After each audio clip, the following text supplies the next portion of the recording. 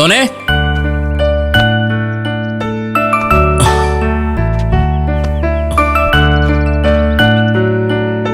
സത്യേട്ടാ, ചായ.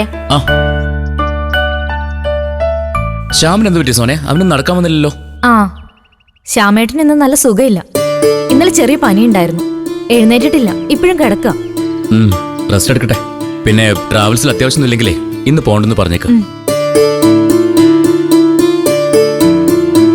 അല്ല ഏട്ടാ, നടക്കാൻ പോയപ്പോ അമ്മയും അനുവേട്ടത്തെയും കണ്ടോ? ഇല്ല. അമ്മയും ജോഗിങ്ങിന് പോയോ?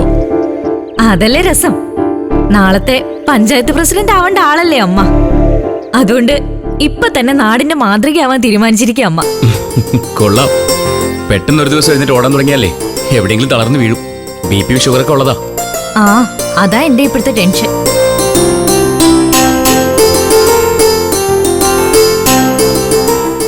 ദേ അവര് വരുന്നുണ്ട്. സത്യേട്ടൊന്ന് നോക്കി.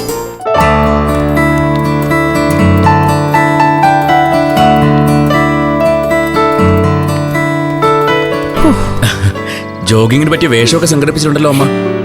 ആ, ഒക്കെ ഏട്ടത്തിയുടെ ഏർപ്പാടാ. കൂടെ കൊണ്ടു നടന്ന് കുഴപ്പിക്കാതിരുന്നാ മതി. കുഴപ്പിക്കാനോ? അമ്മയെ കുഴപ്പിച്ചിട്ട് ഏട്ടത്തിക്ക് എന്ത് കിട്ടാനാ? അല്ല, പണ്ട് അമ്മ ഏട്ടത്തിയെ കുറെ ദ്രോഹിച്ചതല്ലേ, അതിന്റെയൊക്കെ കണക്ക് തീർക്കാൻ തോന്നിയാലോ?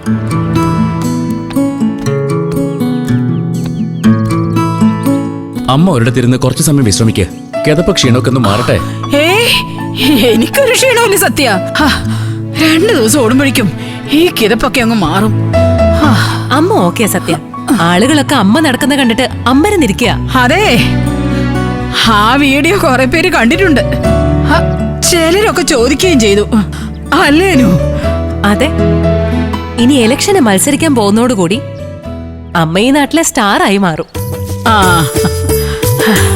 ആ, ഓരോരുത്തരുടെ സമയല്ലേ. പഞ്ചായത്ത് പ്രസിഡന്റ് കൂടിയായ അമ്മയെ പിന്നെ പിടിച്ചാ കിട്ടത്തില്ല. ആ സ്ഥാനത്തേക്കൊന്ന് എത്തിക്കോട്ടടി സോനെ.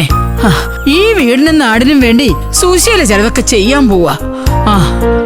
നീയേ ഇപ്പൊ പോയി എനിക്കും അനുവിനൊരു ചായ എടുത്തോണ്ട് വാ, നല്ല കടുപ്പത്തില്.